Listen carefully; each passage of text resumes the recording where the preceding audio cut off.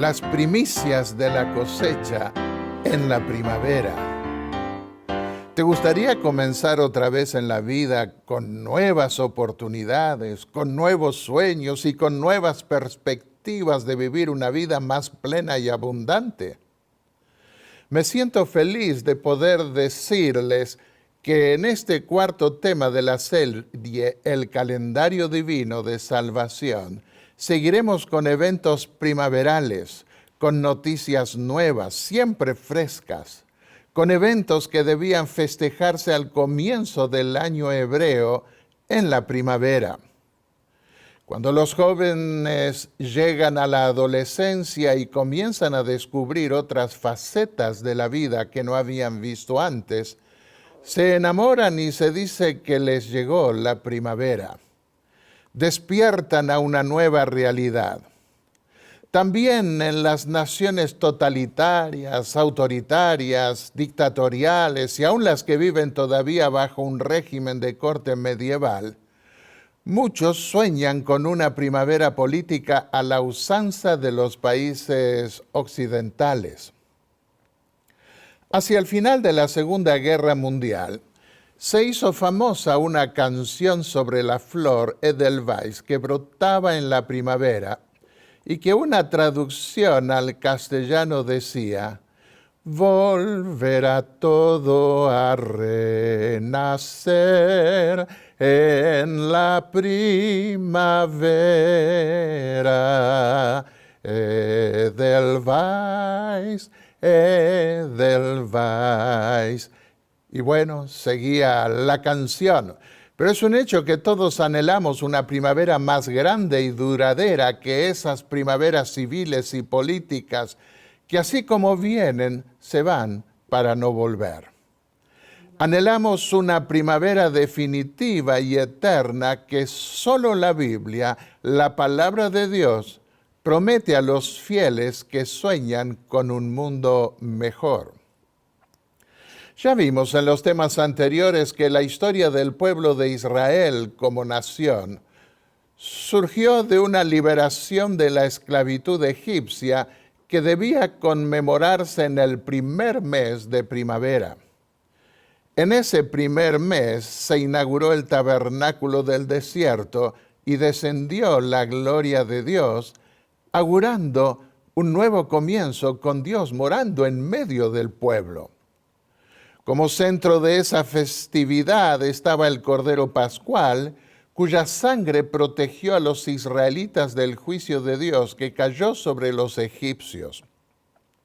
Jesús murió al día siguiente a la hora del holocausto del Cordero, pero su muerte cumplió con todos los sacrificios que se ofrecían en el año. Eso nos muestra que ninguna fiesta tenía sentido sin ese único sacrificio de Cristo. El Cordero Pascual señalaba la liberación del pecado que el Hijo de Dios iba a traer al morir por los pecadores. Pero en la nueva celebración conocida como Santa Cena, debía mirarse a una liberación más abarcante aún y que está todavía en el futuro. Con todos los redimidos y Cristo mismo, festejaremos de esa Pascua en la casa de su Padre. Dijo Jesús: os digo que desde ahora no beberé más de este fruto de la vid hasta aquel día cuando lo beba nuevo con vosotros en el reino de mi Padre. Mateo 26, 29. Felizmente para el cristiano, siempre hay una primavera para el que quiera tener una primavera. Esa primavera puede comenzar hoy espiritualmente y llegará a su plenitud en la patria prometida, la celestial, en la cosecha final. Vamos a hablar hoy un poco más de las primicias de la cebada. Al llegar la primavera y comenzar a madurar las espigas de la cebada, Los israelitas debían agradecer a Dios por las bendiciones que derramaba sobre ellos y que se materializaban con la lluvia y el sol que permitía la maduración de la cosecha. No debían esperar a la cosecha final para reconocer tales bendiciones. Debían comenzar agradeciendo a Dios al comienzo mismo de la cosecha. Llama la atención de que Dios no ordenase a su pueblo que le trajese lo que le sobrase de la cosecha. Debían manifestar fe en Él cuando comenzasen a ver los primeros resultados de sus proyectos materiales. Así habría alimento en la casa del Señor, de tal manera que los servicios del templo no se viesen afectados, ya que las primicias eran para el sacerdocio, según lo leemos en Números 18 y el versículo 13. De esa forma tenían todos la oportunidad de honrar a Dios por el don de la vida y el alimento. Pero también ordenó Dios tener 2 días de primicias para toda la nación. ¿Cuándo? En la primavera, cuando apenas comenzasen a madurar los 2 granos típicos, el de la cebada y el del trigo, respectivamente.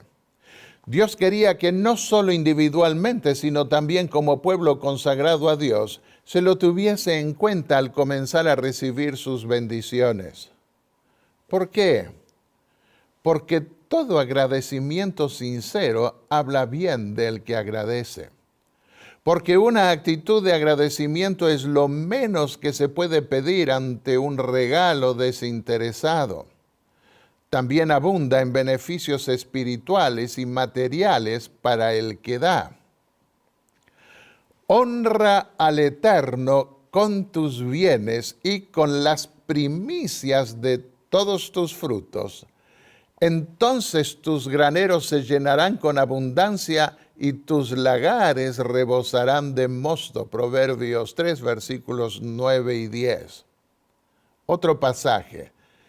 El Eterno mandará que la bendición sea contigo en tus graneros y en todo aquello en que pongas tu mano, y te bendecirá en la tierra que el Eterno tu Dios te da. Deuteronomio 28, versículo 8. Hay quien reparte y le es añadido más, y hay quien retiene lo que es justo solo para venir a menos. El alma generosa será prosperada, y el que riega será también regado. Proverbios 11, versículos 24 y 25. El que siembra escasamente, dijo el apóstol Pablo, escasamente también segará. Y el que siembra abundantemente, abundantemente también segará. Que cada uno dé como propuso en su corazón, no de mala gana ni por obligación, porque Dios ama al dador alegre. 2 Corintios 9, versículos 6 y 7. Palestina era una tierra de trigo y cebada. Deuteronomio 8, versículo 8. La cebada maduraba primero y luego venía la cosecha del trigo. De hecho, mientras que la primera fiesta de primicias no menciona el trigo, la segunda fiesta 50 días más tarde lo menciona de una manera precisa. También celebrarás la fiesta de las semanas, la de las primicias de la siega del trigo. Éxodo 34, 22. La cosecha del trigo terminaba en el verano. No se usaba el trigo para alimentar a los animales, pero se usaba la cebada para alimentar a los caballos. Primera de Reyes 4:28. Por eso se consideraba el pan de cebada como el alimento del pobre. Pero de ese alimento del pobre que un niño llevó para escuchar a Jesús, el Señor alimentó a toda una multitud de miles de personas. Juan 6:9. En esto se ve de nuevo el principio que sentó Jesús al decir que la ofrenda de la viuda valió más que la ofrenda suntuosa del rico. Marcos 12, 41 al 44. Dios valora y multiplica la ofrenda del pobre. Veamos la experiencia que tuvo David en el contexto de las primicias. Años después de Moisés y de la entrada a Canaán, David fue ungido rey y estaba por comenzar un nuevo año de cosecha después de ser rey por varios años, y esta vez le había ido mal en los 3 años precedentes. Había hambre en toda la tierra. Era claro que no estaba teniendo la bendición divina prometida, por lo que el rey decidió consultar a Dios.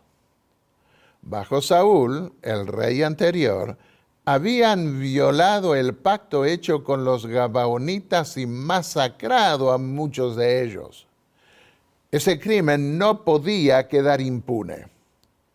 Dios había dicho por medio de Moisés que la tierra no será expiada de la sangre que fue derramada en ella, sino por la sangre del que la derramó. Números 35, versículos 33 y 34. Nos parece muy dura esta sentencia divina. Cuidado. El sabio Salomón dijo, la compasión o piedad de los inicuos es cruel. Proverbios 12:10. Se mostrará piedad al malvado, pero no aprenderá justicia. Aún en tierra de rectitud seguirá practicando el mal, y no considerará la grandeza del Eterno. Isaías 26:10. Es común entre los seres humanos mirar un aspecto del problema y negarse a ver el otro. Por eso, en las películas de crímenes, a menudo la gente es llevada a querer que se salve el criminal. Pero Dios quiere que prestemos atención no solo a sus promesas de perdón, sino también a sus advertencias de condenación. Con Dios no se juega. Caín, el primer asesino de la historia, mató a su hermano Abel y Dios le perdonó la vida. ¿Cuál fue la consecuencia? Que la violencia se desató en el mundo antediluviano y Dios debió destruirlo por las aguas en el diluvio. David captó que no iban a tener bendición de Dios si no limpiaban la tierra de la sangre inocente vertida por el rey Saúl. Por lo cual, antes de comenzar la celebración de las fiestas religiosas que reconocían a Dios como dador de todos los bienes, David debió entregar a los gabaonitas 7 descendientes de Saúl para que los ahorcasen. 2 Samuel 21, versículos 1 al 9. Debían estar limpios como nación de todo crimen, antes de aspirar a contar con la bendición de Dios en la cosecha. Dice el relato, así murieron aquellos 7 al principio de la siega de la cebada. 2 Samuel 21, 9.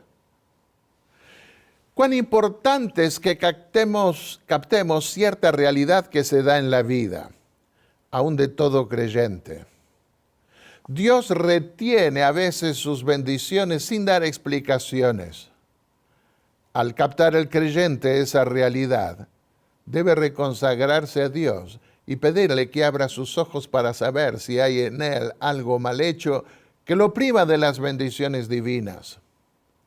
Este examen de conciencia solía hacerlo David a menudo y recomendaba hacerlo a otros, según puede constatarse en varios de sus salmos. Leamos algunos pasajes. Examíname, oh Dios, y conoce mi corazón.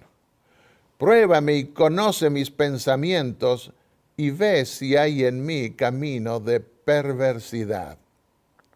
Guíame en el camino eterno. Salmo 139, versículos 23 y 24. Perezca ahora la maldad de los inicuos y establece tú al justo. Porque el Dios justo prueba la mente y el corazón. Salmo 7:9. ¿Quién podrá entender sus propios errores? Líbrame de los que me son ocultos. Salmos 19:12. Y aquí quiero agregar algo. A veces pasa que estamos yendo por un mal camino y no somos del todo conscientes. Pero a través de sus providencias, Dios nos hace reflexionar. Y debemos pedirle a Dios que abra nuestros ojos para ver nuestro mal proceder y enmendar de esa forma la vida. Veamos otro pasaje. Escudriñame, oh Eterno, y pruébame. Examina mis íntimos pensamientos y mi corazón. Salmos 26:2. Así también nosotros, si queremos crecer espiritualmente y ser aprobados por Dios en esta vida, debemos escudriñar nuestro corazón y mantenerlo bajo sujeción con el poder que nos confiere el Evangelio. Entonces podremos dar un servicio aceptable a Dios, un fruto apacible de justicia que agrade a Dios, a los ángeles y a su iglesia. Y las bendiciones divinas no se dejarán esperar. Veamos 4 medios que permitían a los israelitas saber cuándo comenzar el primer mes del año. Vimos en un tema anterior que los israelitas debían mirar la nueva luna, la luna creciente, para poder determinar los comienzos de los meses. Vimos también que debían mirar las plantas para saber cuándo marcar el primer mes, sin tener que agregar un 13º mes cada 2 o 3 años, o agregarlo en el caso que fuese necesario. Por tener un calendario únicamente solar, con el correr del tiempo, los musulmanes en el desierto de Arabia celebraban sus fiestas en diferentes épocas del año. Por vivir en el desierto era obvio que no podrían mirar el comienzo de la cosecha. También vimos un tercer medio del que disponían los israelitas para saber cuándo comenzar el nuevo año. Dios había dicho que tenían que mirar no solo la luna, sino también el sol para medir los tiempos y las estaciones.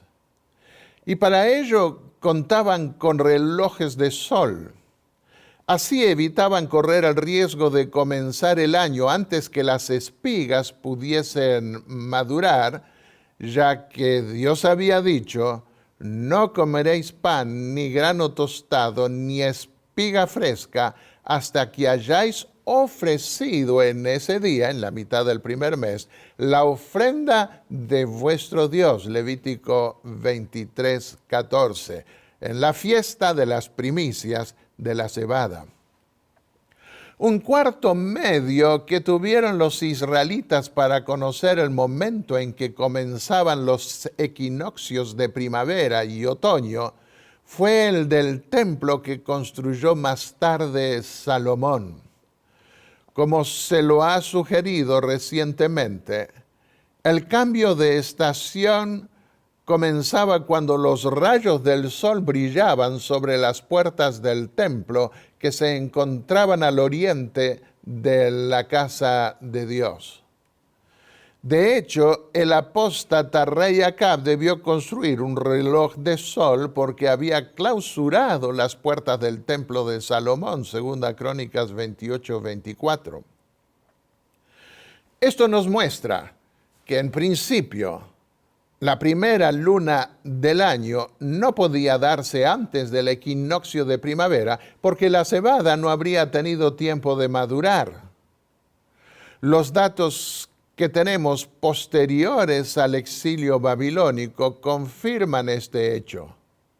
Nos muestran la tendencia a no elegir la primera luna ni antes ni durante el equinoccio. Veamos ahora el valor no solo del primer mes, sino también del tercer mes. ¿Cuáles fueron los meses en los que se ofrecían las primicias de la cosecha? El primero y el tercero, siempre en primavera. Mientras que las primicias de la cebada se presentaban delante de Dios en el primer día después del sábado de la fiesta de los panes sin levadura, las primicias del trigo debían ofrecerse con pan leudado 50 días más tarde. El primer día de la semana, después del 15, se ofrecían las gavillas mecidas de cebada delante de Dios en el primer mes. 49 días, o 50 según el cómputo inclusivo, nos llevan casi a mediados del tercer mes, en la parte final de la primavera. Leamos la ley. El 14 del primer mes, al atardecer, es la Pascua del Eterno. El 15 de ese mes es la fiesta solemne del pan sin levadura. Y traeréis al sacerdote la primera gavilla, primicia del primer fruto de vuestra cosecha. Él mecerá esa gavilla ante el Eterno para que seáis aceptados. ¿Cuándo? Dice, la mecerá el día que sigue al sábado. Levítico 23, versículos 5 y 6 y versículos 10 y 11. Hoy vemos que las primeras tres fiestas del año, la Pascua, los panes sin levadura, las primicias de la cebada, nunca caen a comienzos de mayo. Esto se debe a que los judíos modernos y aún los cristianos con el calendario gregoriano fijan a menudo el primer novilunio antes del equinoccio. Pero antiguamente no solían comenzar el primer mes del año de cosecha antes del equinoccio. La luna nueva debía caer después del equinoccio para comenzar el año. Estos detalles pueden ser útiles a la hora de determinar astronómicamente el año de la pasión, algo necesario para sincronizar las fechas proféticas de Daniel y Juan en el Apocalipsis.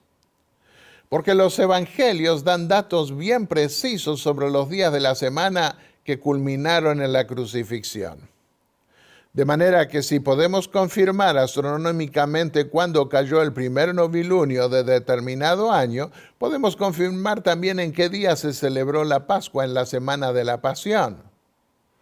Solo un año que permita probar que Jesús murió un viernes 15 de Aviv, o Nisan, según el término babilónico que trajeron del exilio los judíos más tarde, puede escogerse como el año en que murió Jesús. Sobre el porqué del cambio, lo documento en mi libro Los tiempos apocalípticos del santuario. Al no contar más con el templo que los romanos habían destruido, y al haber sido expulsados de Jerusalén, tenían más dificultades para medir el equinoccio. De manera que los judíos terminaron estableciendo un calendario lunisolar más rígido para determinar el mes de las primeras fiestas. Lo hicieron pensando en especial en los judíos de la diáspora o dispersión, que no tenían la oportunidad de ver por sí mismos la nueva luna de los meses en Jerusalén. Lo mismo sucedió con los cristianos cuando el calendario juliano romano se reemplazó por el calendario gregoriano. El interés papal fue determinar que la Pascua cayese siempre entre el viernes y el domingo, mientras que en el calendario hebreo, dependiendo del año, la Pascua podía caer en otros días de la semana. Lo que nos interesa destacar acá es que la ley decía que el sacerdote debía mecer la gavilla el día que sigue al sábado, Levítico 23:11. ¿A qué sábado se refiere? ¿Al primer día de la fiesta de los panes sin levadura o al sábado semanal? Los saduceos entendían que se refería al día que seguía al sábado semanal y los fariseos al que seguía al sábado de la fiesta ceremonial. Si en determinado año el 15 del primer mes era un miércoles sabático, Levítico 23, 5 y 6, los fariseos iban a fechar la fiesta de las primicias para el jueves, mientras que los saduceos iban a establecer el domingo después del sábado semanal, Levítico 23, versículo 3. Esta discusión continúa aún hoy entre los teólogos judíos modernos.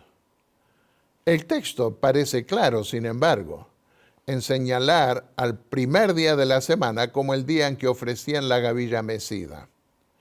No importa en qué día de la semana caía el 14 o el 15 del primer mes en determinado año, debían esperar al primer día de la semana para ofrendar los primeros granos de la cosecha. Esa fiesta se celebraba en gratitud a Dios por las bendiciones que comenzaba a otorgar y en confianza y fe en las bendiciones que iba a dar durante todo el resto del año de cosecha. Veamos ahora más de cerca la fiesta del tercer mes y su valor. El cálculo para la segunda fiesta de cosecha era más fácil, hasta matemático. Caía en el tercer mes, lo que llama la atención por el hecho de que Dios destacó el número 3 en varias oportunidades.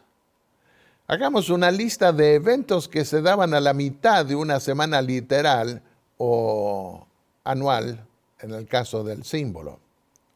Primero, la purificación del impuro debía darse al tercer y séptimo días de la semana de purificación, números 19, versículos 11 y 12. De no purificarse en el tercer día, tampoco quedaría el leproso limpio en el séptimo día. Un segundo punto. El tercer año después del año sabático, se ofrecía un diezmo especial para las viudas y los huérfanos, los pobres y desheredados, entre otros. Deuteronomio 14, versículos 28 y 29, y capítulo 26 y el versículo 12. Se lo llamaba el año del diezmo, y lo daban al terminar el año de cosecha, es decir, en otoño. Había gratitud a Dios, porque Dios les daba un nuevo año de vida. Terminaba el calendario sacerdotal y comenzaba el calendario real de los reyes. Para todo aquel que en esa época podía estar al borde de sucumbir bajo una deuda y llegar al punto de tener que venderse a sí mismo hasta el año sabático, esta era una medida anticipada que Dios requería para evitar tal medida extrema. La fiesta de primicias del tercer mes, el Pentecostés, reconocía a Dios por el comienzo de la cosecha del trigo. A mitad del año sacerdotal de fiestas, aún en primavera, ocurría esto. Ese año concluía en la fiesta de los tabernáculos o cabañas con la cosecha ya juntada. Hoy tenemos también reuniones de mitad de semana en las iglesias locales. Tenemos la costumbre de reunirnos a mitad de la semana para un culto de oración.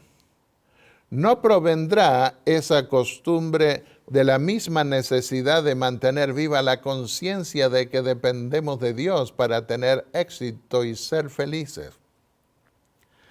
Así como nuestro cuerpo fue hecho aún antes de la entrada del pecado, con tantas defensas para hacer frente a la tremenda emergencia que iba a darse con secuelas de enfermedad y muerte, evitando que sucumbiésemos antes de la cuenta. Así también vemos el mismo principio divino en relación con la vida social, de ayudar a evitar lo peor a la mitad de la semana de años. De todas maneras, iban a contar en el año sabático con una liberación no solo de deudas, sino también de la esclavitud, en el caso en que la bendición del tercer año no hubiera sido suficiente. La fiesta de las semanas, o Pentecostés, 50 en griego. Para llegar a la fiesta de las primicias del trigo, debían contarse 49 días desde que se había ofrecido la primicia de la cebada. Este hecho muestra la mutua interdependencia de las dos primeras fiestas de peregrinación. Las dos formaban parte del cuadro inaugural de cosecha. En la historia del inicio de los servicios del templo, los 3 primeros meses estuvieron entrelazados. En el primer mes se ungió el tabernáculo. En el segundo mes, los príncipes de Israel dedicaron el altar por 12 días y trajeron todos los utensilios que iban a ser necesarios para los servicios del templo. Número 7. Un estudio cuidadoso que hago en mi libro muestra esto con la confirmación de algunos autores judíos modernos. Al comenzar el tercer mes, un tercer punto, ofrecieron a Dios las primicias del trigo. Algunos judíos han querido conectar históricamente el Pentecostés con la proclamación de la ley de Dios en el Sinaí. Pero no se encuentra ninguna referencia bíblica que haga esa asociación. Además, eso es discutible desde la perspectiva cronológica. La fiesta de las semanas o Pentecostés en griego no tenía un día fijo en el mes, sino que dependía del sábado semanal que en diferentes años caía en diferentes días de la semana durante la semana de los panes ácimos. Leamos. Pasadas 7 semanas completas, a partir del día siguiente al sábado, día en que ofrecisteis para que fuera mecida, hasta el día siguiente, el séptimo sábado, es decir, a los 50 días, ofreceréis al Eterno el nuevo trigo. Levítico 23, versículos 15 y 16. Otro pasaje. Contarás 7 semanas. Desde que empieces a contar la mies, empezarás a contar las 7 semanas. Y celebrarás la fiesta solemne de las semanas en honor del Eterno, tu Dios. Tu ofrenda voluntaria será en proporción a las bendiciones que te haya dado el Eterno, tu Dios. Deuteronomio 16, versículos 9 al 12.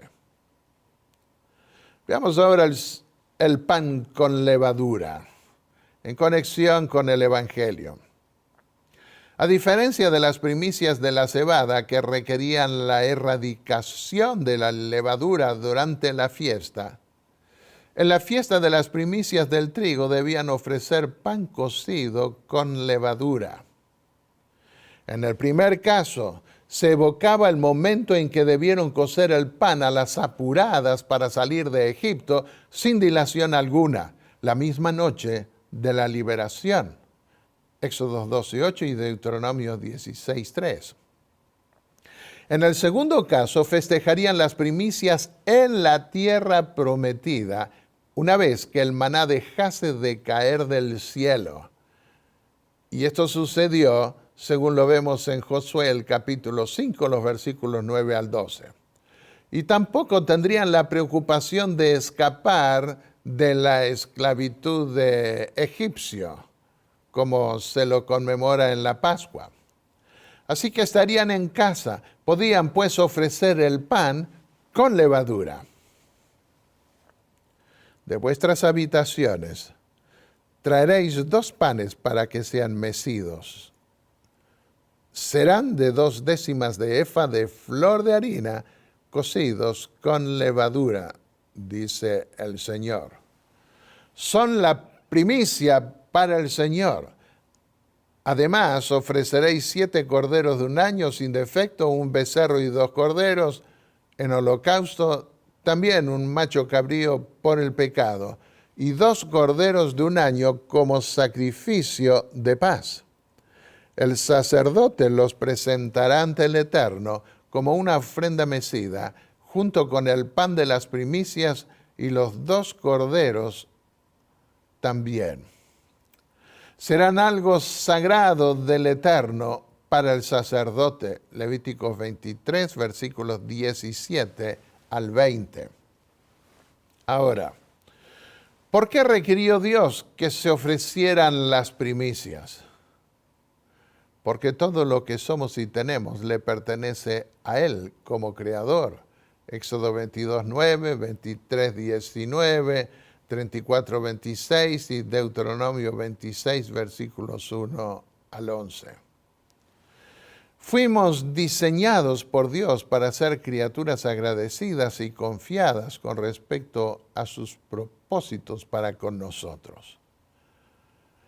Él es un Dios bueno, misericordioso, que busca lo mejor para sus hijos y para su creación.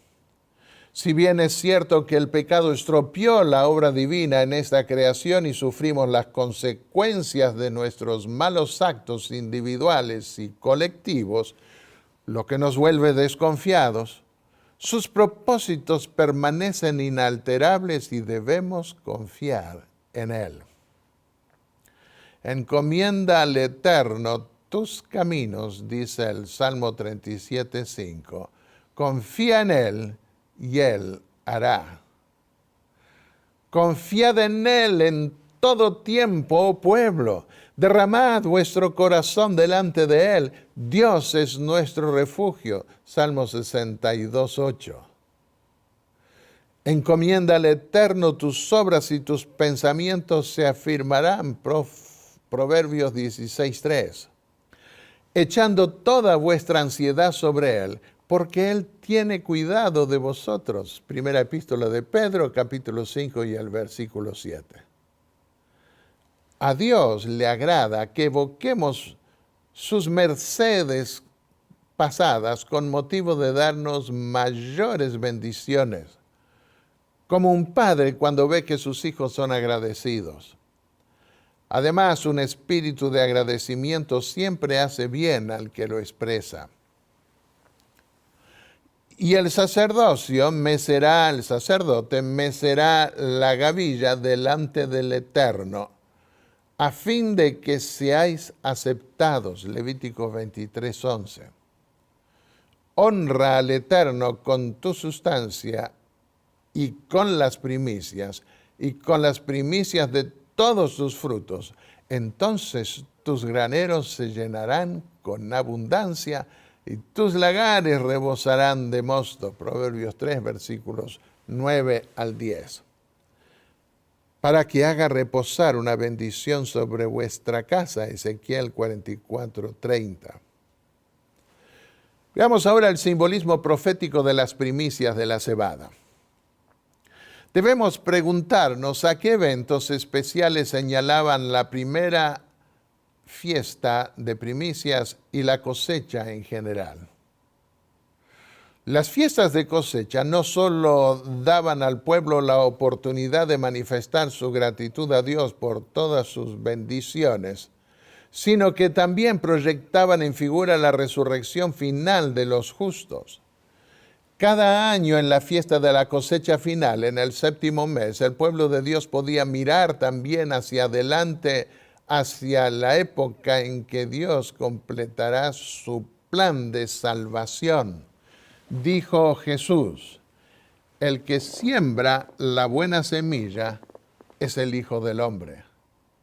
El campo es el mundo.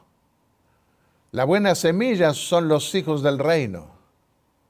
La siega es el fin del mundo. Y los segadores son los ángeles.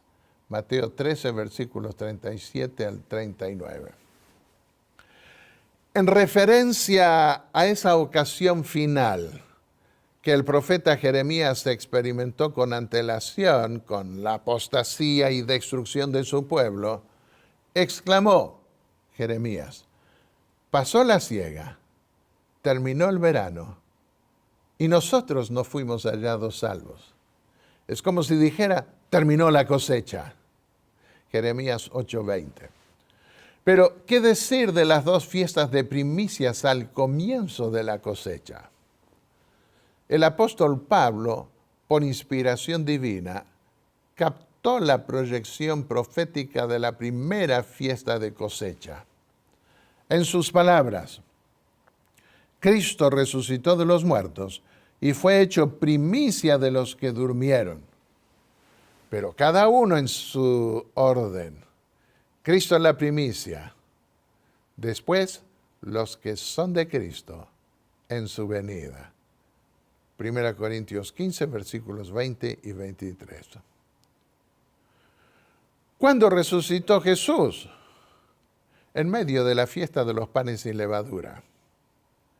¿A qué representa la levadura? Ya lo vimos en el mensaje anterior. La levadura representa al pecado. Pablo la llama levadura de maldad. Pero Cristo se ofreció como un cordero sin mancha ni defecto. 1 Pedro 1:19. Para llevar nuestros pecados en su cuerpo sobre la cruz, a fin de que muramos al pecado y vivamos a la justicia, porque por sus heridas fuisteis sanados. Esto está en 1 de Pedro 2, versículo 24. Él mismo es la propiciación por nuestros pecados, y no solo por los nuestros, sino también por los del mundo entero. 1 Juan 2, versículo 2. Ahora, ¿qué llevó el Hijo de Dios a la tumba? No fue su propio pecado, porque nació del Espíritu Santo y fue sin pecado. Permaneció invicto contra el pecado en toda su vida. Hebreos 4:14. Fue el pecado de todos nosotros que cargó sobre sí en forma vicaria. Es más, Cristo se levantó de entre los muertos libre de esa carga que clavó en la cruz. Él resucitó con un cuerpo glorioso como el que nos concederá en el fin de la resurrección final de todos los justos. Filipenses 3:21. Por eso dijo Pedro que a este Jesús Dios lo resucitó, rotos los dolores de la muerte, por cuanto era imposible que fuera retenido por ella. Siendo David profeta, habló de la resurrección de Cristo y dijo que él no quedaría abandonado en el sepulcro, ni su carne vería corrupción. Hechos 2, versículos 24, 30, 31.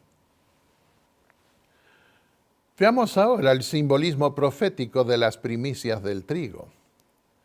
¿A qué evento señalaba la segunda fiesta de primicias? Al Pentecostés, palabra que en griego significa 50, en referencia a los días que debían contarse desde las primicias de la cebada hasta las primicias del trigo. Por eso se la llamaba también fiesta de las semanas, porque debían contar 7 semanas, 49 días, hasta celebrar esa segunda fiesta de primicias. 49 días o 50 si se redondea el tiempo con un cómputo inclusivo, era el espacio que se daba entre las primicias de la cebada y las primicias del trigo. ¿Cómo se cumplió en el Pentecostés la proyección profética de esa segunda fiesta de primicias? Gracias al poder de Cristo, quien se sentó a la diestra de Dios en el Pentecostés, Hechos 2, versículos 32 y 33, el mensaje del apóstol Pedro permitió una cosecha espiritual inicial de 3,000 personas. ¿Por qué hablamos de una cosecha espiritual? Porque esa resurrección se impartió a un cuerpo que, por naturaleza, como es nuestro cuerpo, es pecaminoso. Gracias a esa resurrección inicial, los que se convierten al Señor reciben el poder para mantener crucificado el viejo hombre, para no permitir que el pecado se leude en sus vidas y para que su vida sea una sucesión de victorias espirituales. Esto lo entendió bien el apóstol Pablo cuando dijo: nosotros que tenemos la primicia del Espíritu, suspiramos dentro de nosotros esperando la adopción, la redención de nuestro cuerpo. Romanos 8:23. No tenemos carne santa. El don del Espíritu Santo es dado a vasos de barro, de lodo, por usar la expresión del apóstol Pablo. Y podemos confiar en la resurrección final de los justos gracias a la resurrección inicial de Cristo en las primicias de la cebada. Pero antes de ese evento final, nosotros también podemos festejar una resurrección inicial. Es una resurrección espiritual que nos augura también una resurrección corporal final. La resurrección de Cristo es una garantía que se nos da de nuestra redención espiritual actual primero y luego definitiva y corporal en el fin del mundo.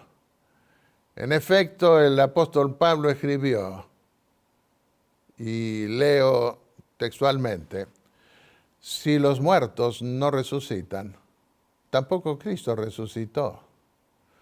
Y si Cristo no resucitó, vuestra fe es vana. En eso nosotros esperamos, confiamos en la resurrección final que Cristo dará a todos los justos. Hay otro simbolismo oculto en el ofrecimiento de las primicias de la cebada en la primera semana de fiestas del año. Ya vimos que la cebada era el alimento del pobre. Siendo que las primicias de su cosecha representaban a la resurrección de Cristo, podemos ver también en ello la maravillosa verdad que destacó el apóstol Pablo cuando dijo que Jesús, por amor de vosotros, se hizo pobre, siendo rico, para que vosotros fueseis enriquecidos con su pobreza. Segunda Corintios capítulo 8, versículo 9. Veamos ahora los que resucitaron con Cristo. No resucitó solo Cristo, resucitaron otros justos también. Junto con Jesús resucitaron algunos justos cuyas tumbas habían sido abiertas cuando el Señor murió en la cruz. Mateo 27, 50 al 53, San Juan 19, 30. Y ellos se aparecieron a muchos y ascendieron al cielo con el Señor 40 días más tarde. Fueron las primicias de los primeros frutos de la labor del Señor, quien se presenta a sí mismo como siendo el que siembra la buena semilla del Evangelio en los corazones. Mateo 13, 37. Esta resurrección parcial es la que aparece implicada en las declaraciones del apóstol Pablo cuando dijo que cuando Cristo subió a lo alto, llevó cautivos consigo y dio dones a los hombres en la tierra. Efesios 4:8. Cristo fue las primicias de los que duermen. Esta misma escena, la resurrección de Cristo de entre los muertos, fue observada en tipo por los judíos en una de sus fiestas sagradas. En el momento de ascender, mientras bendice a sus discípulos, un ejército de ángeles lo rodea en una nube. Cristo toma con él la multitud de cautivos como su trofeo. Él llevará consigo al Padre las primicias de los que duermen para presentarlas ante Dios como una certeza de que es el conquistador de la muerte y el sepulcro. Otra cita del Espíritu de Profecía. Cristo fue las primicias de los que duermen. Para la gloria de Dios, el príncipe de la vida debía ser las primicias, la realidad simbolizada por la ofrenda mecida. Porque a los que antes conoció, también los predestinó para que fuesen hechos conforme a su palabra, a la imagen de su Hijo, para que Él sea el primogénito entre muchos hermanos. Romanos 8:29. Primera está en el libro Mensajes Selectos, el tomo 1, página 359. Otra cita del Espíritu de Profecía. Así también los que habían sido resucitados, Mateo 27, 50 al 53, según vimos, debían ser presentados ante el universo como una garantía de la resurrección de todos los que creen en Cristo como su Salvador personal. El mismo poder que levantó a Cristo de los muertos levantará a su iglesia y la glorificará con Cristo como su novia, por encima de todos los principados, por encima de todos los poderes, por encima de todo nombre que se nombra, no solo en este mundo, sino también en los atrios celestiales, el mundo de arriba. La victoria de los santos que duermen será gloriosa en la mañana de la resurrección. Terminará el triunfo de Satanás, al paso que triunfará Cristo en gloria y honor. El dador de la vida coronará con inmortalidad a todos los que salgan de la tumba. Concluyamos ahora haciendo una síntesis del calendario de las fiestas de primavera. El calendario del santuario y de la cosecha comenzaba en el primer mes del equinoccio de primavera. Esa primera nueva luna era a su vez el primer novilunio que se daba usualmente después del día del equinoccio. Ese calendario estaba marcado por la unción del sacerdocio y del templo. Su carácter inaugural se ve incrementado por el hecho de que se ofrecían las primicias de la cebada en el primer mes y las primicias del trigo en el tercer mes. No se agradecía a Dios por la cosecha terminada en esta fiesta, sino por los primeros granos que auguraban una buena cosecha, de la que agradecerían a Dios al final también, por supuesto. Esa ofrenda era un testimonio de fe que el pueblo ejercía en las promesas de bendición que Dios les daba. Los dos eventos más significativos tenían que ver con el sacrificio y la cosecha, ambas claramente relacionadas con el templo de Dios, quien moraba en medio de ellos. Su cumplimiento en Cristo fue visto claramente por los apóstoles. Cristo es nuestra Pascua, nuestro sacrificio. Él llevó nuestra levadura de pecado a la tumba y descansó durante el sábado de su obra de redención, como había descansado de su obra de creación.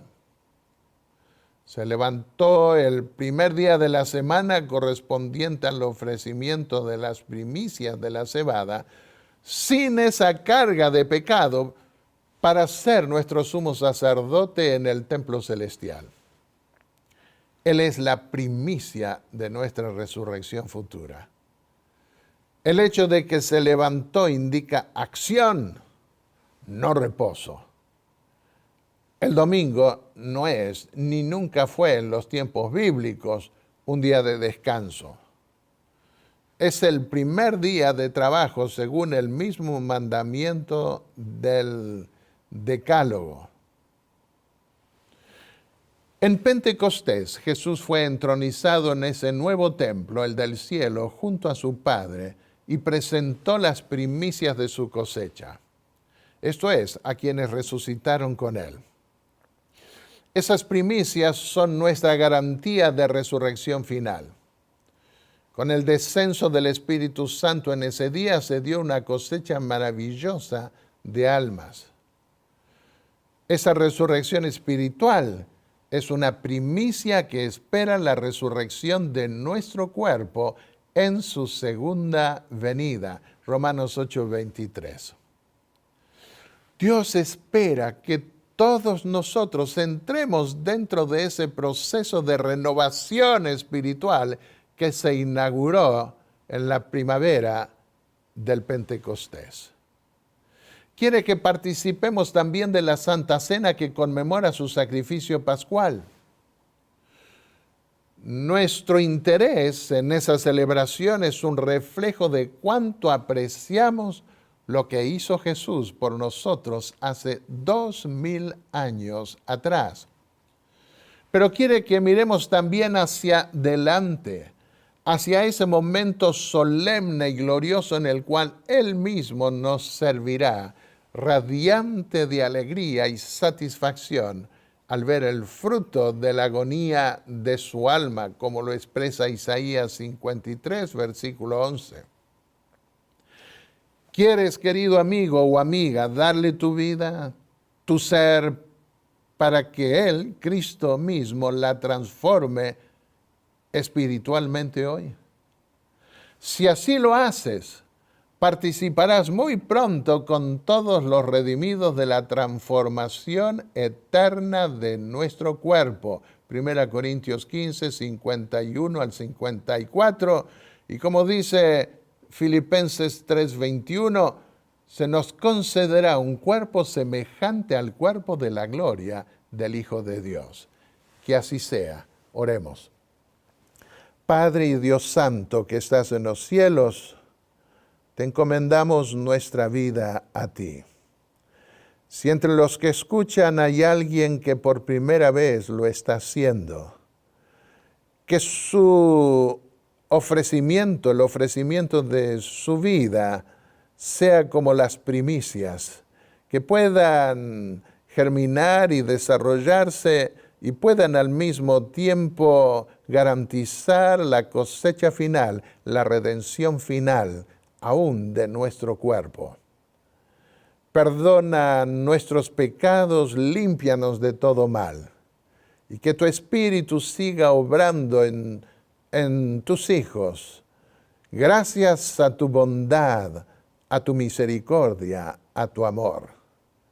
Prepáranos, luego de recibir esas primicias del Evangelio en nuestro interior, prepáranos para esa cosecha final que se dará en tu segunda venida, en el nombre de Jesús. Amén. Amén.